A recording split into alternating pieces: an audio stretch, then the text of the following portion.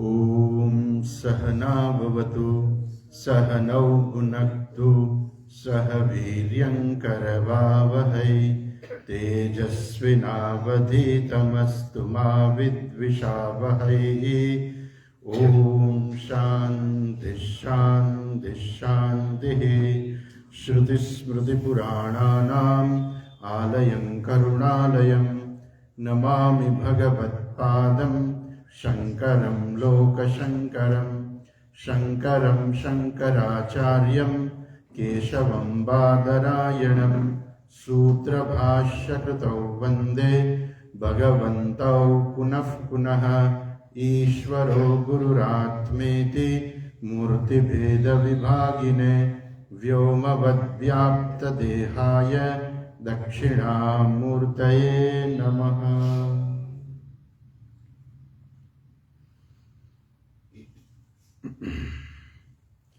सच्चिदानन्दरूपाय विश्वोत्पत्त्यादिहेतवे तापत्रयविनाशाय श्रीकृष्णाय वयं नुमः। यं प्रव्रजन्तमनुपेतमपेत्य कृत्यं द्वैपायनो विरहकातर आजुहाव। पुत्रेति तन्मयतया तरवोऽभिनेन्दुः तं सर्वभूतहृदयं मुनिमानतोऽस्मि।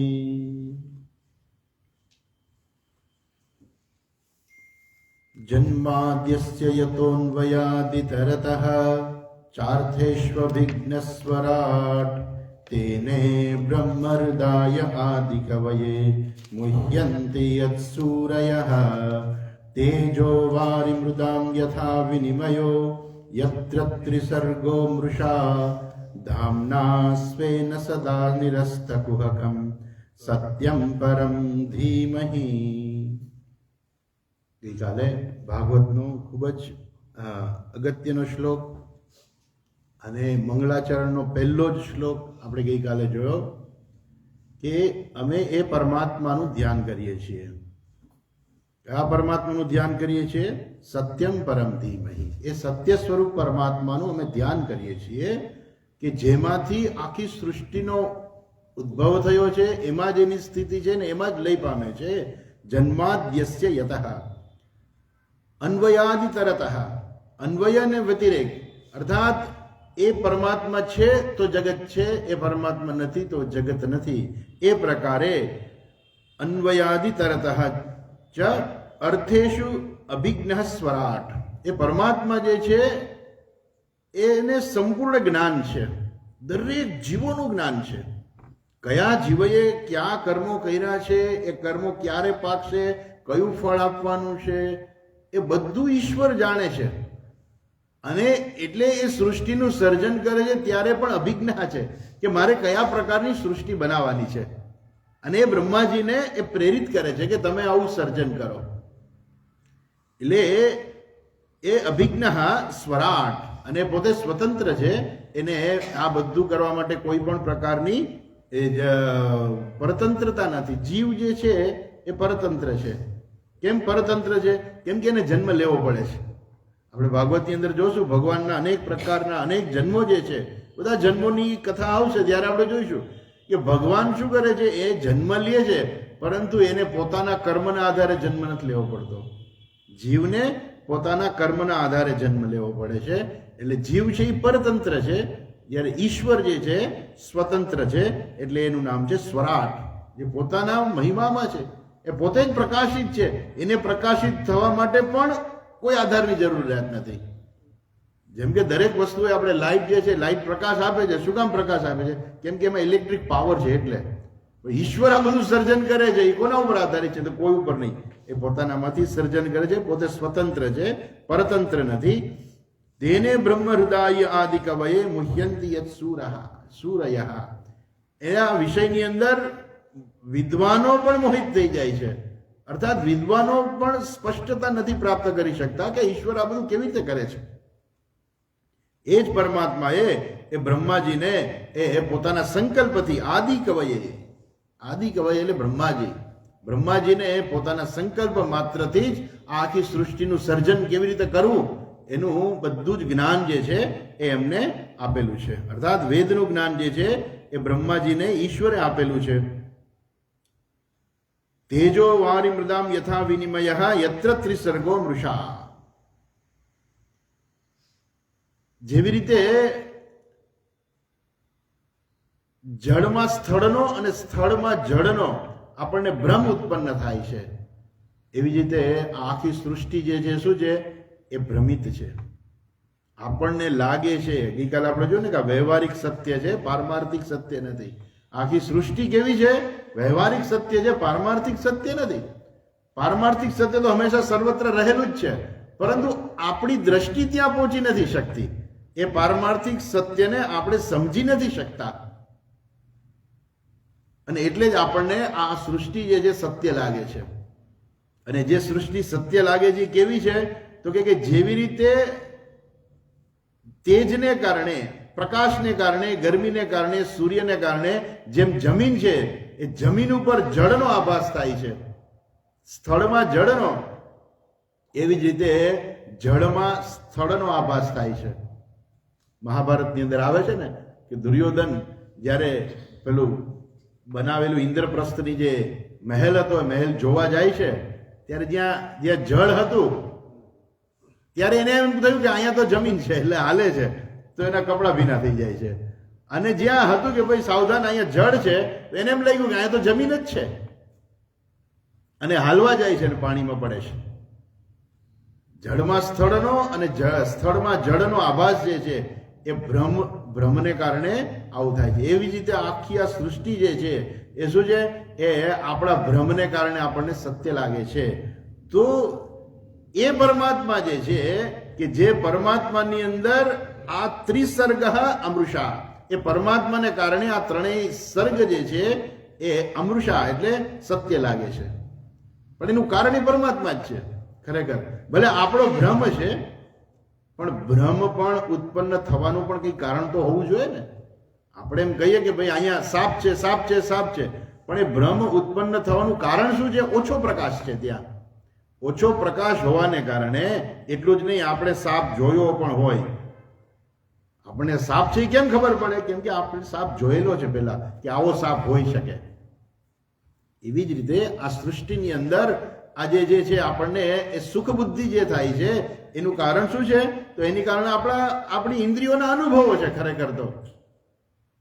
પણ એનું ઓરિજિનલ જોઈએ તો ઓરિજિનલ એને સત્તા અને સ્ફૂર્તિ પ્રદાન કરનાર એ પરમાત્મા જ છે.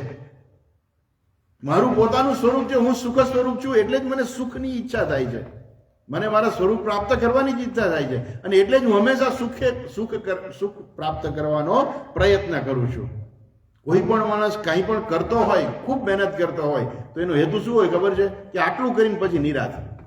બહેનો ઘરમાં કામ કરતા હોય તો એ જલ્દી પતી જાય ને એટલે પછી નિરાશ.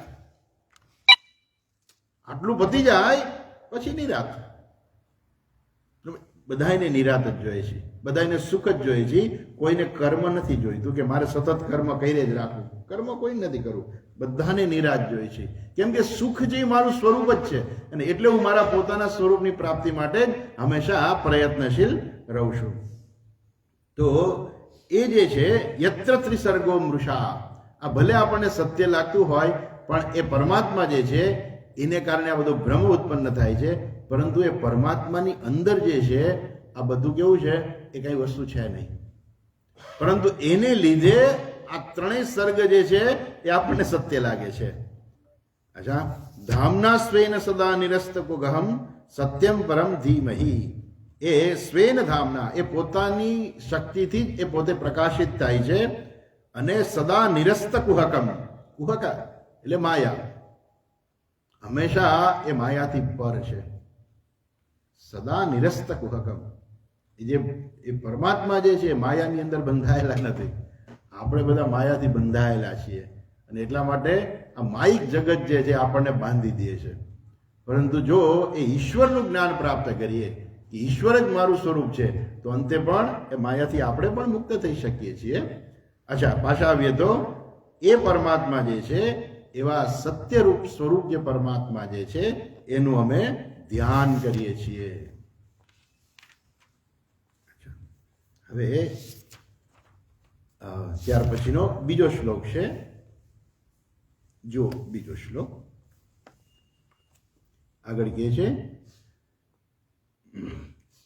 ધર્મ પ્રોજિત કૈતવોત્ર પરમઃ નિર્મત્સરાણામ સતામ વેદ્યમ વાસ્તવમત્ર વસ્તુ શિવદમ તાપત્રયોન્મૂલનમ શ્રીમદ્ભાગવતે મહામુનિકૃતે કિં વા પરૈરીશ્વરઃ સદ્યો રુદ્યવરુધ્યતેત્ર કૃતિભિઃ શુશ્રુષુભિસ્તત્ક્ષણાત.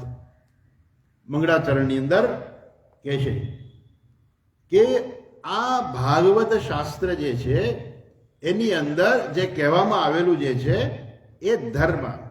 ધર્મનો અર્થ ઘણી વખત એવું થાય છે કે કર્તવ્ય. જો એવા અર્થમાં લઈએ, ધર્મ લઈએ કર્તવ્યના અર્થમાં, તો શું થાય? કેવું કર્તવ્ય છે? તો કહે છે કે જે લોકોએ જીવનની અંદર પોતાની બધી ફરજો બજાવી દીધી છે, જે લોકોને ખબર પડી ગઈ છે કે આ જગત જે માયિક છે એમાં ક્યાંય સુખ છે નહીં, ખરેખર સુખ જે પરમાત્માનું સ્વરૂપ છે એ જ સુખ સ્વરૂપ છે અને એની મારે પ્રાપ્તિ કરવી છે, એવા લોકો માટેનો ધર્મ શું છે? તો કે ઈશ્વરની પ્રાપ્તિ કરવી એ જ એનો ધર્મ છે. એટલે એના માટે આ ભાગવત શાસ્ત્ર છે. એટલે ભાગવત શાસ્ત્રમાં જે કહેવામાં આવેલું છે એને અહીંયા ધર્મ શબ્દ તરીકે ઉલ્લેખ કરે છે. ધર્મ પ્રૌજિત કૈતવ. અહીંયા ધર્મ કહેવાયેલો છે પરમ ધર્મ છે, પણ કેવો ધર્મ છે ખબર છે? પ્રૌજિત કૈતવ. એને એમાંથી દૂર કરી દેવામાં આવ્યું છે. શું દૂર કરવામાં છે? કૈતવ, કપટ. કપટ દૂર છે. કપટ દૂર એટલે શું?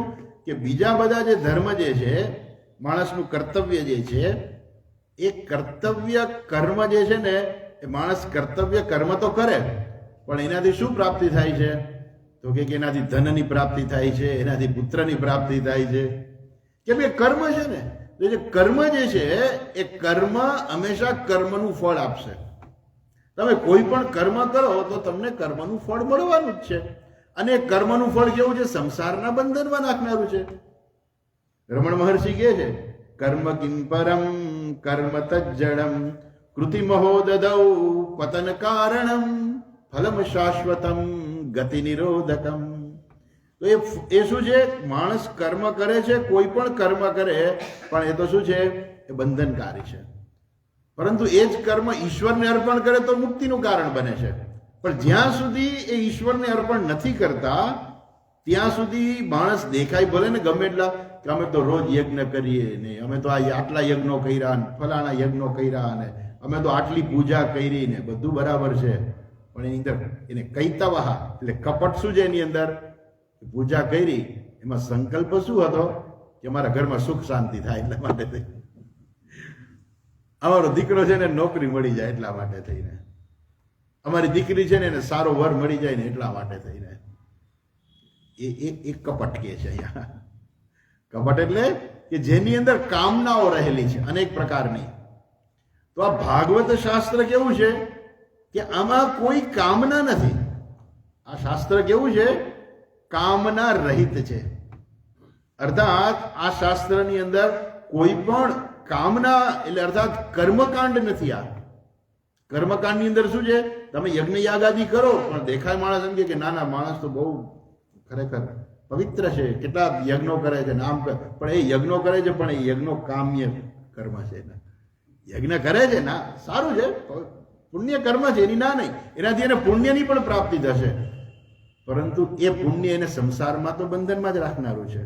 એનાથી પણ આગળ એક પુણ્ય છે કે જે સંસારમાંથી મુક્ત કરાવે છે, એ અહીંયા છે. એટલે શું છે કે અહીંયા ધર્મ જે છે પણ કેવો છે? પ્રૌજિત કૈતવ. એમાંથી જે કપટ જે છે એ કપટ દૂર કરાયેલું છે. કપટ રહિતનો આ ધર્મ છે. અર્થાત આ શાસ્ત્રની અંદર એવું કંઈ કપટ નથી કે ભગવાનનું લેવાનું નામ અને પ્રાપ્ત કરવાનું કંઈક બીજું. તો ભગવાન શું છે? સાધન બને છે. કર્મકાંડની અંદર ભગવાન સાધન બની જાય છે. જ્યારે જ્યાં જ્ઞાન પ્રાપ્ત કરવાનું છે, આ ભાગવત શાસ્ત્રની અંદર ભગવાન જે છે એ સાધન નથી, સાધ્ય છે. એટલે એ માણસ શું કરે છે? ભગવાનને સાધન શેના માટે બનાવે છે? પોતાની ઈચ્છાઓની પૂર્તિ કરવા માટે ભગવાનને સાધન બનાવે છે. ભગવાનનું તો નામ લે છે, એમાં કોઈ પ્રશ્ન નથી, બરાબર છે, સારું છે કે ચાલો ભગવાનનું તો નામ લે છે, પણ હજુ એના કરતા એક ઉપર સ્ટેપ ચડવાનું છે વ્યક્તિએ. કેમ કે ભગવાનનું નામ લેવાથી એ પોતાની ઈચ્છાઓ પૂરી કરવા માંગે છે કે જે એને સંસારમાં જ રાખશે. ભગવાનનું નામ લેવાથી માણસ એવું ઈચ્છે કે હું સંસારમાંથી છૂટી જાઉં, તો એ તો ભાગવત છે, એ જ ભાગવતમાં કહેવામાં આવ્યું છે. અર્થાત આ ધર્મ કેવો છે? પરમો ધર્મ, પરમ ધર્મ છે. કેમ પરમ ધર્મ છે? કેમ કે આનાથી કોઈ વિશેષ એવો બીજો કોઈ ધર્મ નથી કે જે વ્યક્તિને સંસારમાંથી મુક્ત કરાવે, વ્યક્તિને ઈશ્વરની પ્રાપ્તિ કરાવે. એવો કોઈ બીજો કોઈ વિશેષ ધર્મ નથી. માટે ધર્મ પ્રવજિત કૈતવ અત્ર પરમ ધર્મ પ્રવજિત કૈતવ. કોઈ પણ પ્રકારના કપટ રહિત છે આ શાસ્ત્ર. કેવું છે? અહીંયા કોઈ પણ પ્રકારના કપટ રહિત પરમ ધર્મનું નિરૂપણ કરવામાં આવ્યું છે. કેવા લોકો માટે? નિર્મત્સરાણામ સતામ, એનો ધર્મ છે આ. નિર્મત્સરાણામ, મત્સર એટલે ઈર્ષા. બીજાનું જોઈને માણસ દુઃખી થાય. જ્યાં સુધી પોતાની પાસે ન હોય ને માણસ દુઃખી હોય ને તો સમજી શકાય છે, પણ બીજાને કંઈક વસ્તુ પ્રાપ્ત થઈ એ જોઈને જે માણસ દુઃખી થાય એને કહેવાય છે મત્સર, માત્સર્ય. એવા માત્સર્ય વાળા જે લોકો જે છે, એવા તમે જો દુર્યોધન છે એ ભયંકર સાક્ષાત ઈર્ષાનું પ્રતીક છે. ઈર્ષા કોને કહેવાય? તો કે તમે દુર્યોધનને જુઓ એટલે ખબર પડી જાય કે ઈર્ષા કોને કહેવાય, ખબર પડી જાય.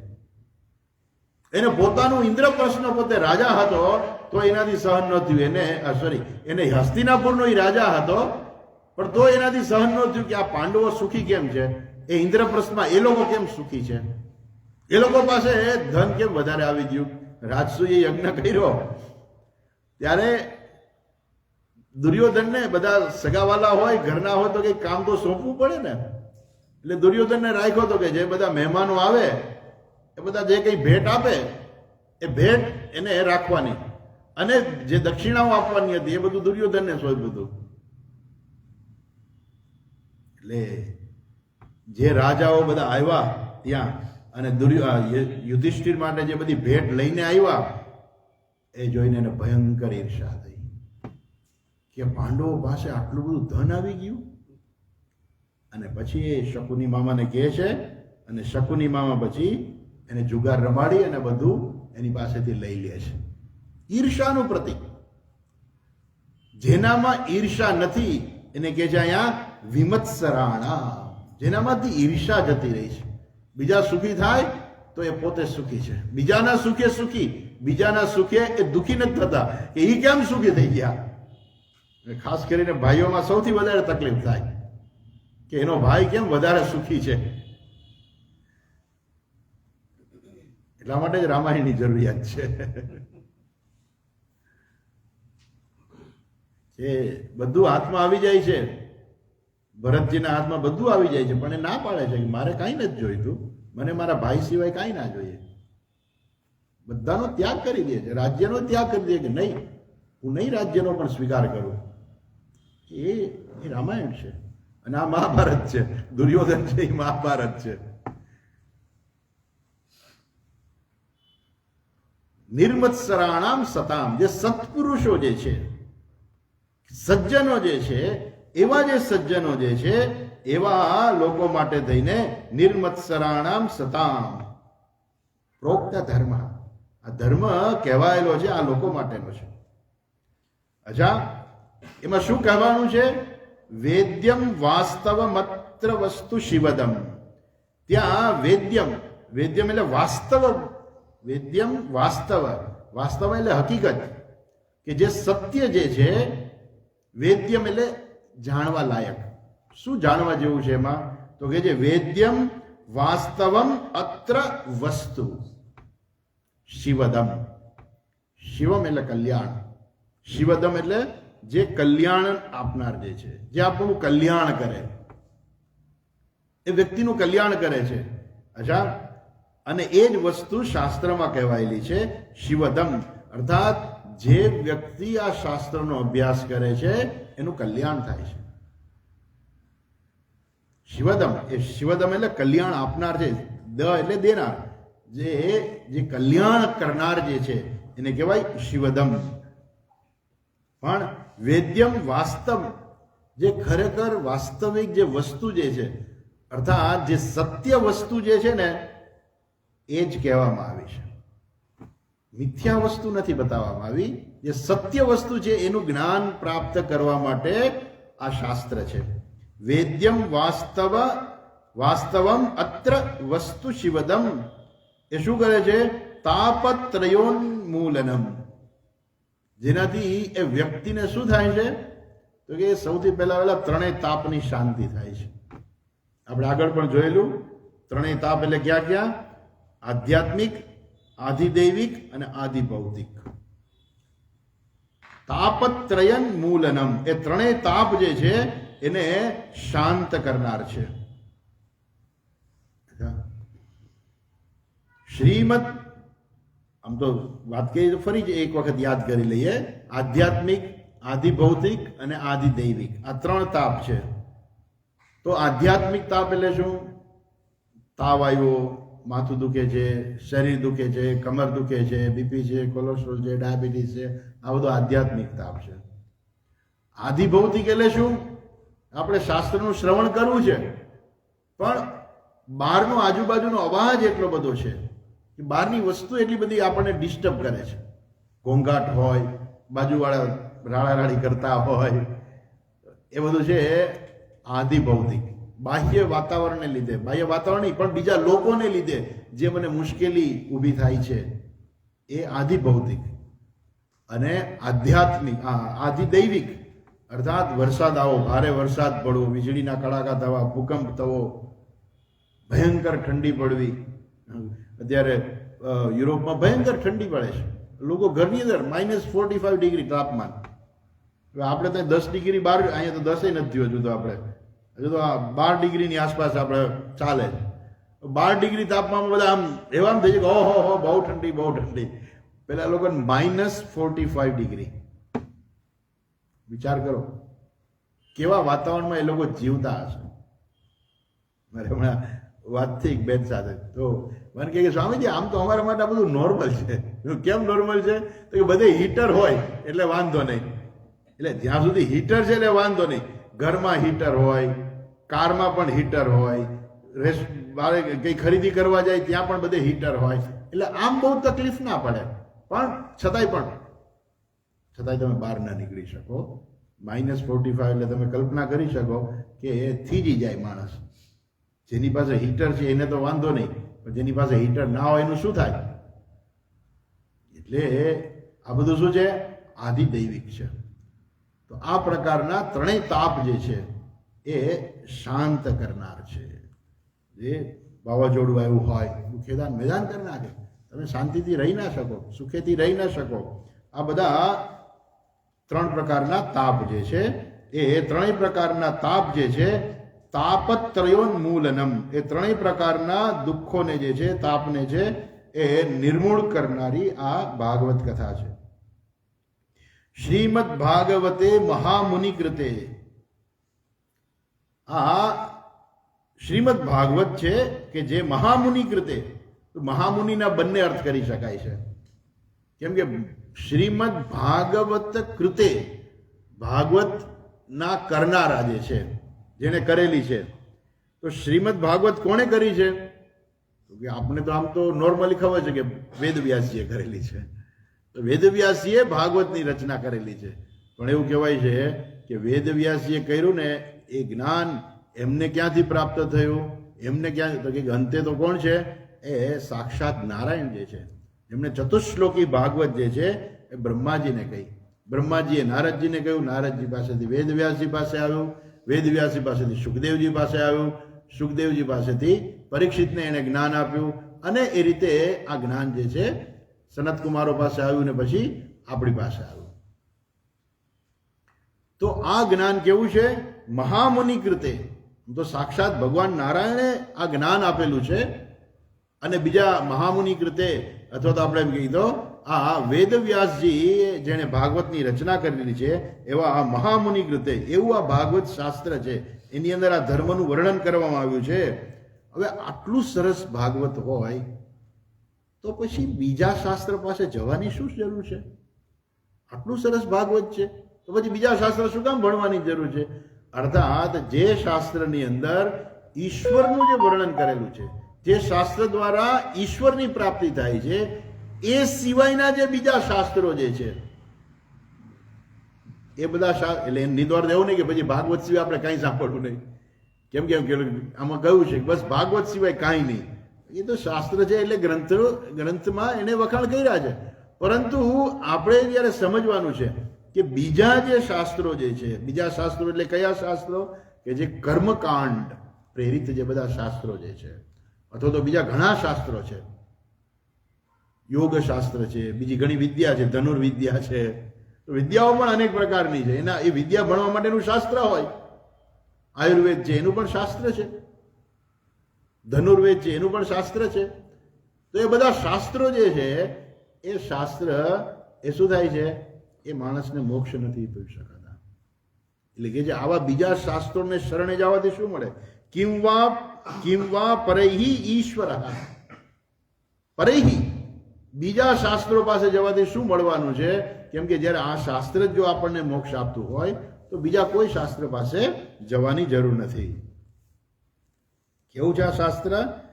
સદ્ય હૃદિ અવરુદ્યતે અત્ર કૃતિભિ શુશ્રુષુભિ તત્ક્ષણાત. શુશ્રુભિ સાંભળવાની ઈચ્છાવાળા, શુશ્રુષભિ એટલે સાંભળવાની ઈચ્છાવાળા લોકો વડે. જે લોકોને સાંભળવાની ઈચ્છા છે. શું સાંભળવાની ઈચ્છા છે? આ ભાગવત શાસ્ત્ર જેને સાંભળવાની ઈચ્છા છે એવા લોકોને શું પ્રાપ્ત થાય છે? સદ્ય અવરુદ્યતે.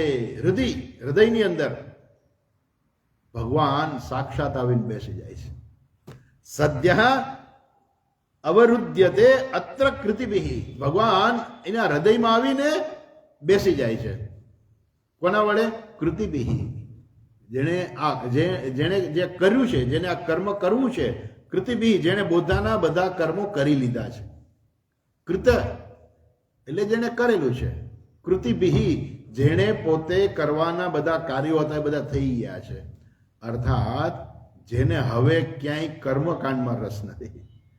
મારે કરવાનું હતું એ મેં કરી લીધું, હવે મારે કાંઈ કરવું નથી. હવે મેં કંઈ કરીને આ જગતના કોઈ પદાર્થો મારે પ્રાપ્ત કરવા નથી. એને કહેવાય છે કૃતકૃત્ય. આપણે કહીએ છીએ એવા કૃતકૃત્યો દ્વારા જ્યારે આવી ઈચ્છા કરવામાં આવે કે મારે શાસ્ત્ર સાંભળવું છે, મારે ભગવાનની કથા સાંભળવી છે, એવો જે સંકલ્પ કરે ને વ્યક્તિ, ત્યાં તો ભગવાન એના હૃદયમાં આવીને બેસી જાય છે. આપણે એવું કેમ સરસ છે કે ભગવાન આપણને મન એવું આપ્યું છે. ખરેખર તો આપણું મન એવું છે કે આપણે જેવી ઈચ્છા કરીએ ને એ વસ્તુ આપણા હૃદયમાં આવીને બેસી જાય. નાનું બાળક હોય ને એના મગજમાં કોઈ ચોકલેટ આવી જાય ને, મારે ચોકલેટ ખાવી છે, જ્યાં સુધી તમે એના મનમાંથી ચોકલેટ કાઢો નહીં ત્યાં સુધી ચોકલેટ ચોકલેટ ચોકલેટ જ ચાલ્યા રાખે.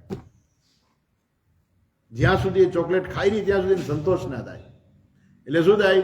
એ જેવું ચોકલેટનો એને વિચાર આવે ત્યાં તો ચોકલેટ આવીને એના મનમાં આવીને એના હૃદયમાં આવીને બેસી જાય.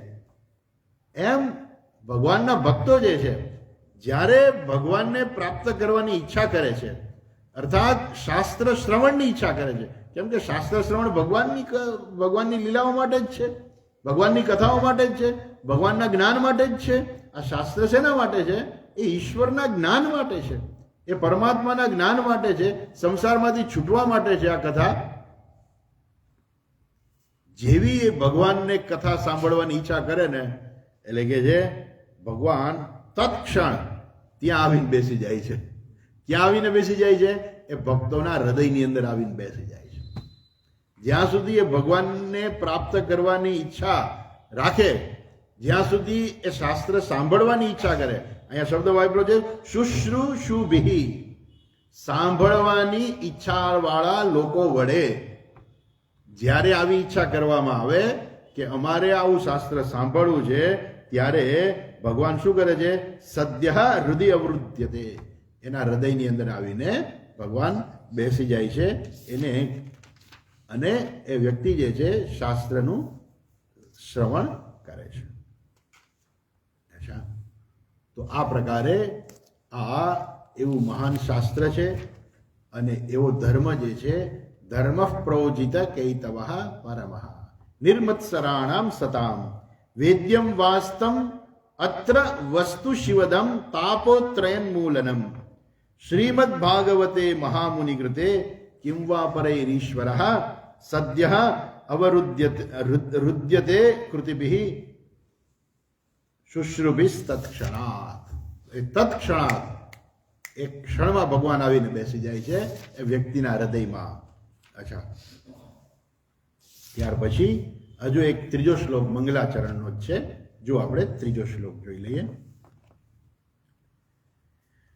નિગમ કલ્પતરોર્ગલિતમ ફલમ સુખમુખાદ્યમૃત દ્રવ સંયુતમ પિબત ભાગવતમ રસમાલયમ મુહુરહો રસિકા ભુવિ ભાવુકાહ.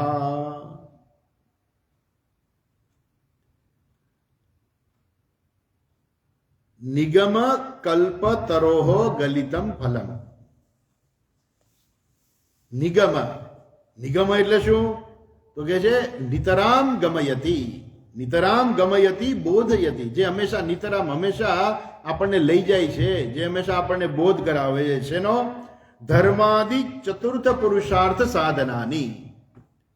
ધર્મ, અર્થ, કામ અને મોક્ષ, આ ચારેય જે સાધનો જે છે એનો બોધ હંમેશા જે કરાવે, એની પાસે જે લઈ જાય એને કહે છે નિગમ.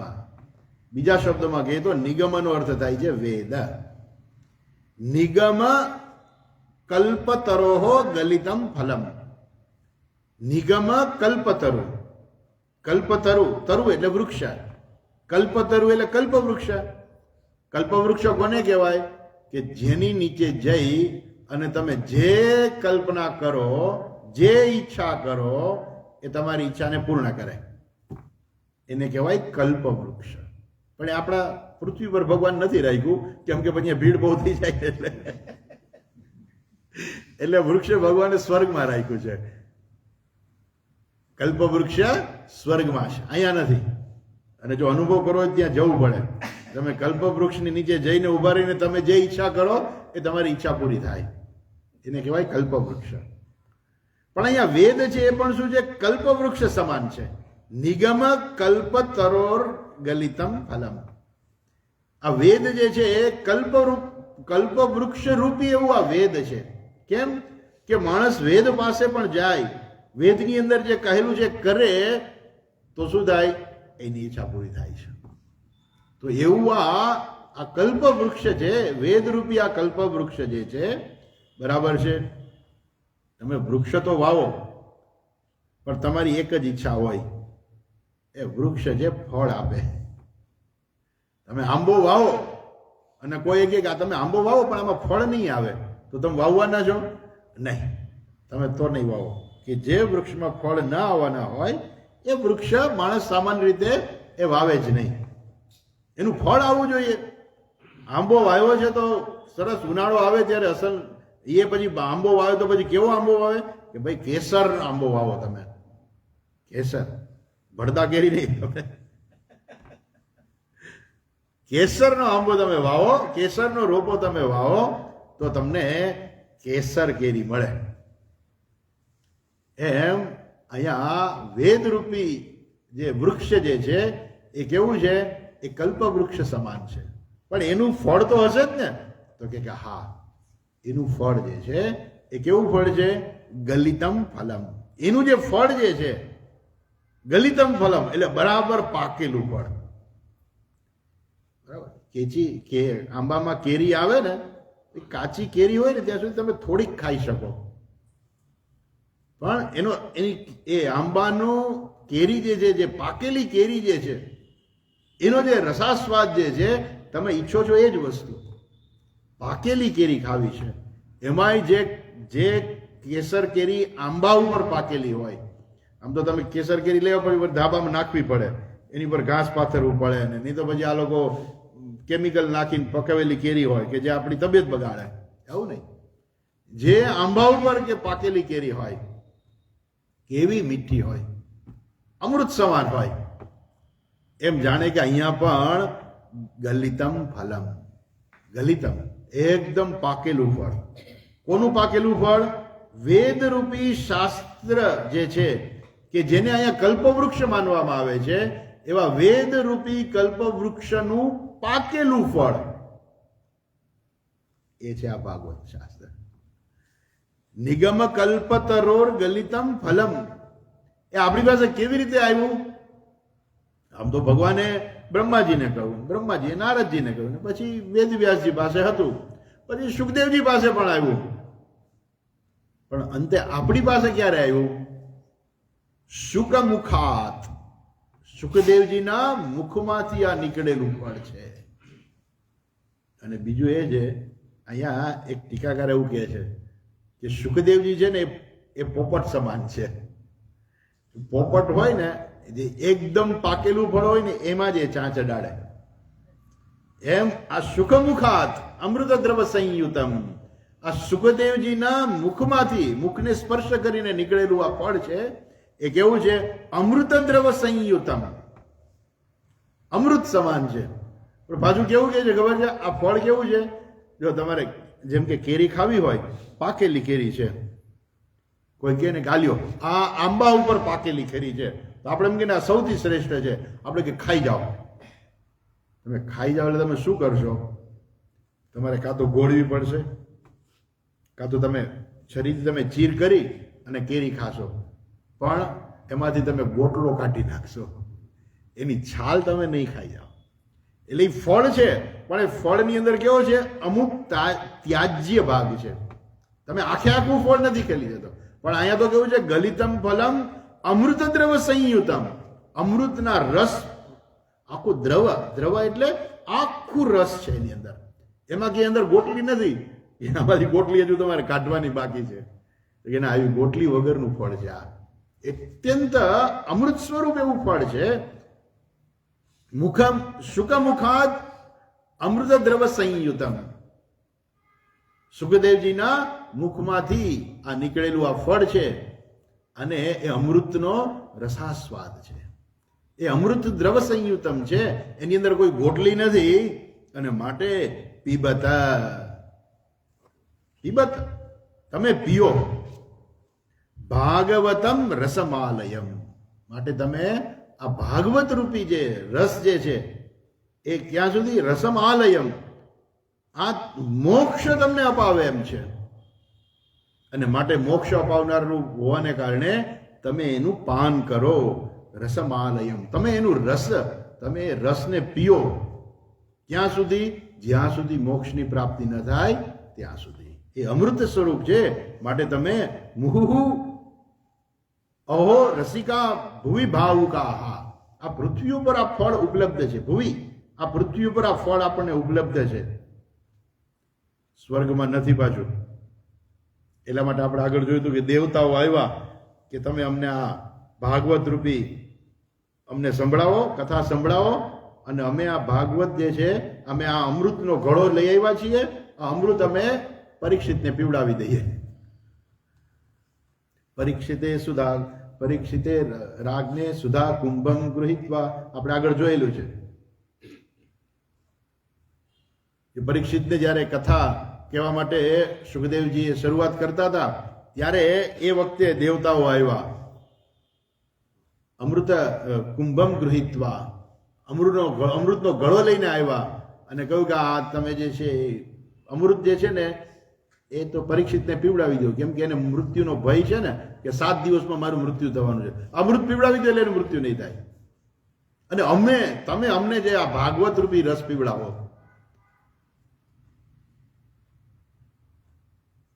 આ કાંઈ ધંધો નથી માંડ્યો. ના પાડી સુખદેવજીએ કે ના, આ કઈ આ કાંઈ એવો ધંધો મેં નથી માંડ્યો કે તમે આમ કરો ને તમે આમ કરો. સાંભળવું હોય તો બધા સાંભળો ને, તમારે આવું કહેવાની ક્યાં જરૂર છે કે અમે ના પાડી હતી સુખદેવજીએ કે કોઈ સાંભળવાનું આવું કે ઘણા બધા સાંભળવા આવ્યા હતા, પણ તમે બીજા કોઈને ના આપો, અમને દેવતાઓને જ માત્ર આપો. પરીક્ષિતને અમે અમૃત પીવડાવી દઈશું, તમે ચાલો અમારી સાથે સ્વર્ગમાં, આપણે સ્વર્ગમાં જઈને કથા કરીએ. આ કોઈને ના આપો, તમે અમને એકલાને જ આપો. ત્યારે સુખદેવજીએ ના પાડી કે જાઓ, તમે કથાના અધિકારી જ નથી, એમ કરીને ના પાડી દીધી. તો ભૂમિ, આ ભૂમિ ઉપર, આ પૃથ્વી ઉપર આ ભાગવત રૂપી અમૃત રૂપી રસ જે છે ઉપલબ્ધ છે, પણ એનું શું છે? એનું તમે પાન કરો, પીબત. પણ જે રસિકા છે, રસિકાહા ભાવુકાહા અહો, હે રસિક, અહો એટલે સંબોધન કરે છે, અહો રસિકાહા ભાવુકાહા, હે રસિકો, હે ભાવુકો. રસિકો એટલે જેને ભગવાનની કથા સાંભળવી ગમે છે, જેને આ જ્ઞાન પ્રાપ્ત કરવામાં રસ છે, એવા હે રસિકો, હે ભાવુકાહા, જેના હૃદયની અંદર ઈશ્વર પ્રત્યે ભાવ છે, એવા ભાવુકાહા, એવા ભક્તો, તમે મુહુ, તમે વારંવાર આ ભાગવત કથાનું તમે પાન કરો.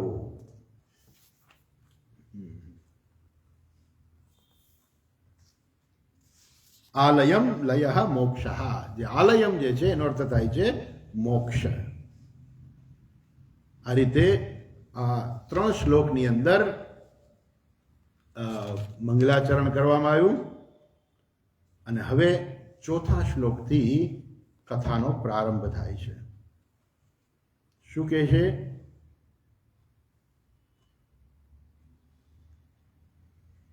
નૈમિષે નિમિષક્ષેત્રે ઋષયઃ શૌનકાદયઃ સત્રમ સ્વર્ગાય લોકાય સહસ્ર સમમાસત. નૈમિષે નિમિષક્ષેત્રે, ક્ષેત્ર એટલે જગ્યા, વિસ્તાર, ભૂમિનો એક ભાગ, એને ક્ષેત્ર કહેવામાં આવે છે. આ શરીરને પણ ક્ષેત્ર કહેવામાં આવે છે. એ ક્યારેક આપણે જોઈશું. ભગવદ્ ગીતાની અંદર ભગવાન કહે છે ઇદમ શરીરમ કૌંતેય ક્ષેત્રમિત્યવિધીયતે. આ શરીરને પણ ક્ષેત્ર કહેવામાં આવે છે, અને જમીનને પણ ક્ષેત્ર કહેવામાં આવે છે. અને ક્ષેત્ર ઉપરથી આપણે શબ્દ આવ્યો ખેતર. આ ખેતર શબ્દ જે ક્ષેત્ર ઉપરથી આવ્યો છે. તો ક્ષેત્ર એટલે એક જગ્યા, વિસ્તાર. નૈમિષે નિમિષ ક્ષેત્રે. નૈમિષે એટલે નૈમિષારણ્ય. આમ તો આ નૈમિષારણ્ય એ નામ કેવી રીતે પડ્યું છે? બહુ સરસ એની કથા છે. એક વખત ઋષિઓ જે છે એ બ્રહ્માજી પાસે ગયા અને કહ્યું કે અમને તપશ્ચર્યા કરવા માટે ખૂબ સારી ભૂમિ હોય, કોઈ પવિત્ર ભૂમિ હોય તો એ તમે અમને બતાવો. સારું. એટલે બ્રહ્માજીએ એક ચક્ર છોડ્યું, મનોમય ચક્ર જેને કહેવામાં આવે છે, એવું મનોમય ચક્ર એને છોડ્યું અને કહ્યું કે આ ચક્ર ફરતું ફરતું જ્યાં શાંત થઈ જાય, જ્યાં ઊભું રહી જાય, એ જગ્યામાં તમે તપશ્ચર્યા કરજો, એ પુણ્ય ક્ષેત્ર છે. એટલે પેલું ચક્ર જે છે એ ફરતું ફરતું ફરતું જેને નૈમિષારણ્ય કહેવામાં આવે છે એ જગ્યામાં આવીને શાંત થઈ ગયું. એટલે એને કહે છે નિમિષ, શમ, જ્યાં એનું શમન થયું, જ્યાં શાંત થયું, એટલે એની ઉપરથી આ નામ આવ્યું નૈમિષ.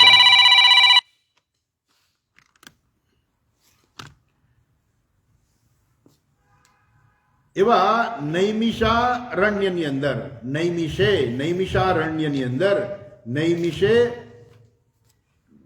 અનિમિષ ક્ષેત્રે, એને પુણ્ય ક્ષેત્ર કહેવામાં આવે છે.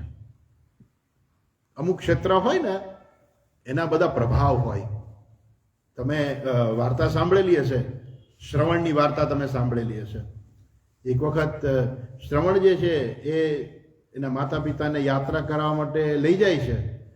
તો કાવડમાં એને બેસાડીને લઈ જાય. માતા પિતા અંધ હતા અને શ્રવણ એનો ખૂબ વાલો દીકરો હતો ને શ્રવણને માતા પિતા પ્રત્યે પણ બહુ પ્રેમ હતો. એટલે એ માતૃપિતૃ ભક્ત એવો શ્રવણ જે છે માતા પિતાને યાત્રા કરાવવા લઈ જાય છે, ઘણું ફરે છે.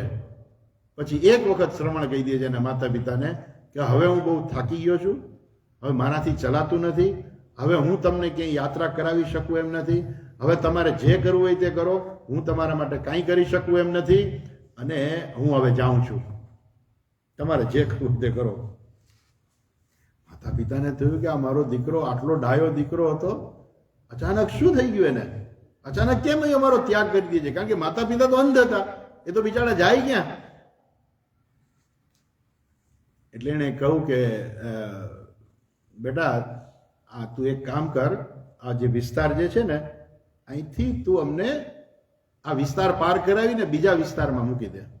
કયો વિસ્તાર હતો? તો કે જ્યાં મહાભારત યુદ્ધ થયું એ વિસ્તાર. એને પાર કરાવી અને મૂકે છે ત્યાં એની બુદ્ધિ પાછી ફરી જાય અને કે અરે રે મારાથી ક્યાં આવું બોલાઈ ગયું. માતા પિતાને કહે છે કે મને ક્ષમા કરજો, મને ખબર નહીં મારાથી કેમ આવું બોલાઈ ગયું, મેં તમને આવું કેમ કહી દીધું. એટલે કે માતા પિતા બેટામાં તારો વાંક નથી, એ ભૂમિનો વાંક છે. આ ભૂમિ જ એવી છે કે જ્યાં માણસની બુદ્ધિ ફરી જાય છે. એટલે અમુક જો તમે હિમાલયનો બધા ક્ષેત્ર જે છે અમુક બધા હિમાલયમાં તમે જાઓ તમને કુદરતી તમને શાંતિ મળે છે. આ કેમ કે અનેક તપસ્વીઓ તપશ્ચર્યા કરતા હોય છે અને તપશ્ચર્યા કરતા હોવાને કારણે વાતાવરણ જ છે એવું પવિત્ર બની જાય છે કે ત્યાં જનાર લોકોને પણ એ ભગવાનનું નામ લેવાનું ગમે. એટલે આવું જે પવિત્ર વાતાવરણ હિમાલયની અંદર જે થાય છે, શું કામે કે અનેક તપસ્વીઓ તપશ્ચર્યા કરતા હોય છે. એટલે એવી રીતે આ જે ક્ષેત્ર જે છે ત્યાં પણ કેવું ક્ષેત્ર છે? પુણ્ય ક્ષેત્ર કહેવામાં આવે છે કે જ્યાં તપશ્ચર્યા કરવાથી એ અનેક ગણું પુણ્ય પ્રાપ્ત થતું હોય છે. એવું આ જે છે આ નૈમિષારણ્ય એવું ક્ષેત્ર છે. અચ્છા, નૈમિષે અનિમિષ ક્ષેત્રે ઋષય શૌનકાદય. શૌનક વગેરે ઋષિઓ આ ક્ષેત્રની અંદર બધા ભેગા થયા. શેના માટે? સત્રમ સ્વર્ગાય લોકાય સહસ્ર સમમાસત. સહસ્રસમમ આસત. આસત એટલે ભેગા થયા, એકઠા થયા, ત્યાં રહ્યા. પણ કેવો યજ્ઞ? આમ તો કે છે 1000 વર્ષ, પણ 1000 વર્ષ ન ચાલી શકે, પણ 1000 દિવસનો કદાચ હોઈ શકે. સો 1000 સહસ્ર એટલે 1000 થાય. સહસ્ર અને સત્ર. સત્ર એ શું છે કે જ્યાં યજ્ઞ થાય પણ યજ્ઞની અંદર કોઈ વ્યક્તિગત કોઈ યજમાન ના હોય, બધા ભેગા થઈ અને યજ્ઞ કરતા હોય. એટલે શું થયું કે બધા યજમાન છે એની અંદર. યજ્ઞની અંદર યજમાન હોય એક જ, બીજા બ્રાહ્મણો એ યજ્ઞ કરાવે અને યજ્ઞનું ફળ કોને મળે? માત્ર યજમાનને મળે. બ્રાહ્મણોને દક્ષિણા મળે અને યજમાનને એનું કર્મનું ફળ મળે, યજ્ઞનું ફળ મળે. જ્યારે સત્ર એવું છે કે જેની અંદર બધા યજ્ઞ કરતા હોય એક સાથે, એમાં કોઈ યજમાન ના હોય, બધા એક સાથે યજ્ઞ કરે, જાણે કે બધા યજમાન છે એ રીતે, એને કહેવાય સત્ર. એવું સત્ર હતું. સત્ર સ્વર્ગાય લોકાય. સ્વર્ગલોકની પ્રાપ્તિ નહીં, આમાં સ્વર્ગાય લોકાય છે, પણ સ્વર્ગ અર્થાત ઈશ્વરની પ્રાપ્તિ માટે થઈને, ઈશ્વરની પ્રાપ્તિ માટે થઈને એ લોકો નૈમિષારણ્યની અંદર એ લોકો આવા 1000 દિવસ સુધી, આમાં તો 1000 વર્ષ લખ્યું છે, પણ એનો બીજો અર્થ 1000 દિવસ પણ થઈ શકે. તો 1000 દિવસ સુધી ચાલે. 1000 દિવસ એટલે 3 વર્ષ થઈ ગયા. 1000 દિવસ એટલે 3 વર્ષ મિનિમમ ચાલે, અથવા તો 1000 વર્ષ ચાલે. એવા યજ્ઞનું એ લોકોએ, યજ્ઞ એટલે સત્ર, આમ તો સત્ર છે પણ એમાં યજ્ઞ જ કરવાનો હોય, એ લોકોએ એનું આયોજન કર્યું. સહસ્ર સ્વર્ગાય લોકાય. સ્વર્ગાય લોકાય એટલે સ્વર્ગલોકની પ્રાપ્તિ માટે નહીં. સ્વર્ગની લોકની પ્રાપ્તિ માટે એ લોકોને આવા યજ્ઞ કરવાની જરૂર ના પડે, પણ સ્વર્ગ લોકાય એટલે એ માત્ર સ્વર્ગમાં જઈને સુખ મેળવવા માટે નહીં, પણ સ્વર્ગાય લોકાય એટલે ઈશ્વરની પ્રાપ્તિ કરવા માટે થઈને, કે કેવી રીતે અમને ઈશ્વરની પ્રાપ્તિ થશે. ચાલો આપણે યજ્ઞ કરીએ કે જેથી આપણને એ ઈશ્વરની પ્રાપ્તિ થાય, અથવા તો સ્વર્ગાદી લોકની પ્રાપ્તિ થાય, અથવા તો વૈકુંઠ. કોઈ ટીકાકાર એવું કહે છે કે વૈકુંઠ ધામની પ્રાપ્તિ, પણ વૈકુંઠ ધામ એટલે પરમાત્માની જ પ્રાપ્તિ છે, જે આપણે આગળ જોવાના છીએ વિસ્તારથી. તો અર્થાત એ ઈશ્વરની પ્રાપ્તિ માટે થઈને બધા જ ઋષિમુનિઓ શૌનકાદય, કારણ કે ઋષિમુનિઓને શું સ્વર્ગમાં સ્વર્ગ પ્રાપ્તિના એ થોડા કઈ એવા યજ્ઞ કરવાના છે, એ લોકોને તો મોક્ષની પ્રાપ્તિ કરવી છે, ઈશ્વરની પ્રાપ્તિ કરવી છે. માટે અહીંયા સ્વર્ગાયનો અર્થ સ્વર્ગ લોક જ માત્ર, જે ઇન્દ્ર જેનો રાજા છે, જ્યાં બધા દેવતાઓ રહે છે, એ સ્વર્ગ લોક નહીં, પરંતુ સ્વર્ગનો અર્થ ઈશ્વરની પ્રાપ્તિ જે છે એ અર્થમાં છે. સ્વર્ગાય લોકાય સત્રમ સહસ્ત્રમ, જે 1000 દિવસ સુધી ચાલે એવા સત્રનું એ લોકોએ આયોજન કર્યું, અને એ લોકો ત્યાં બધા ભેગા થયા, અને ત્યાં જઈને એ લોકોએ આ બધું યજ્ઞ એ લોકોએ શરૂઆત કર્યો. હવે આ જે ક્ષેત્ર જે છે, જેને પુણ્ય ક્ષેત્ર કહેવામાં આવે છે, અર્થાત એ ક્ષેત્રમાં યજ્ઞ યાગાદિ કરવાથી અનેક ગણું ફળ મળે છે. એટલા માટે જ આપણે, તમે જુઓ ઘરની અંદર પણ છે ને, આપણે એક ખૂણો જે છે પવિત્ર રાખીએ, મંદિરની જગ્યા રાખીએ, તો એ શું છે, એ પવિત્ર જગ્યા થઈ ગઈ. કે પુણ્યક્ષેત્ર એટલું જ પુણ્યક્ષેત્ર છે, ઘરનું પુણ્યક્ષેત્ર છે એટલું. એમ આ જગતમાં, આ પૃથ્વી ઉપર આવા અનેક પુણ્યક્ષેત્રો છે. એમાંનું એક પુણ્યક્ષેત્ર એટલે આ નૈમિષારણ્ય, જે ઉત્તર પ્રદેશમાં અત્યારે કહેવાય છે.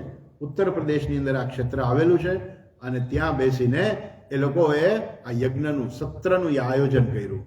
અને પછી શું થયું, યજ્ઞનું આયોજન તો કર્યું, પછી યજ્ઞ કર્યા શું થયું એની ચર્ચા છે, આપણે કાલે જોઈશું. આજે અહીંયા અટકીએ. હરિઓમ.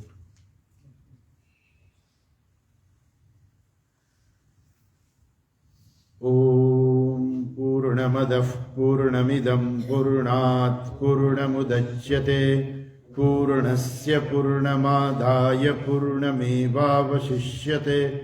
ઓમ શાંતિ શાંતિ શાંતિ.